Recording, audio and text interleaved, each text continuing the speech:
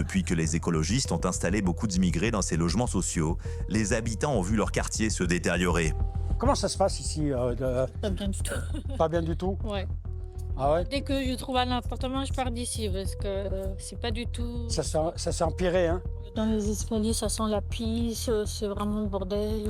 C'est crade, quoi, c'est dégueulasse. Le quartier devient une poubelle, on est la décharge de Grenoble. Là, ils jettent tout dehors. Là derrière, pareil, la nourriture et tout. Pardonnez-moi, mais on a des gens qui viennent habiter là. Et on est n'importe qui. Là, ils jettent des poubelles de partout. Ça devient vraiment lamentable.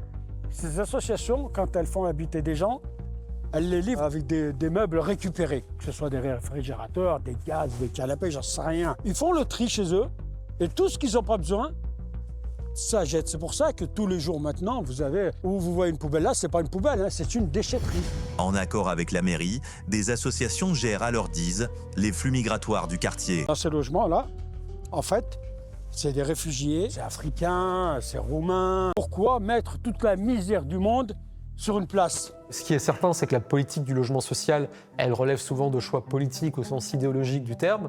Certaines municipalités font le choix d'aller bien au-delà des 25% de logements sociaux pour des raisons qui sont strictement idéologiques. Est-ce qu'il y a par ailleurs un calcul consistant à envisager que le nouvel électorat amené par ces logements sociaux sera plus favorable ou moins favorable à la municipalité sortante? Peut-être que ça rentre aussi dans le calcul. En tout cas, il est évident que c'est un choix politique au sens où ils pourraient choisir de faire autrement et ça correspond aussi au type de ville qu'ils souhaitent bâtir et au type de population qu'ils envisagent pour leur ville. Résultat de cette politique, les habitants ne se sentent plus bien dans leur quartier et ceux qui le peuvent souhaitent le quitter. Si vous voyez la joie qu'il y avait dans ce quartier, mais c'est un truc de... Mais c'est pas parce qu'il pleut, mais c'est d'une tristesse, c'est devenu d'une tristesse incroyable. Regardez ce que c'est devenu, c'est lugubre. C'est quoi? Si ça, c'est pas un ghetto, je me demande ce que c'est un ghetto, hein.